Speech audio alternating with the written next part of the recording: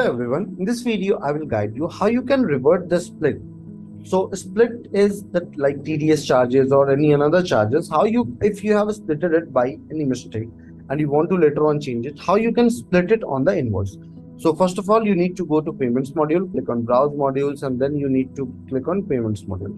Once you will come in the payments module in the receivable segment, please check on the first invoice I have split it 12,600, 7% TDS as TDS.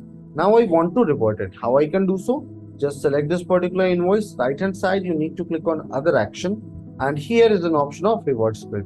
Once you will click on revert split, it will ask you for a confirmation. Click on yes, and then after it will get reverted. Please check now in the split amount, there is no amount which is being displayed. I hope this video will be helpful to you in order to go ahead and manage your split entries. Have a good day ahead.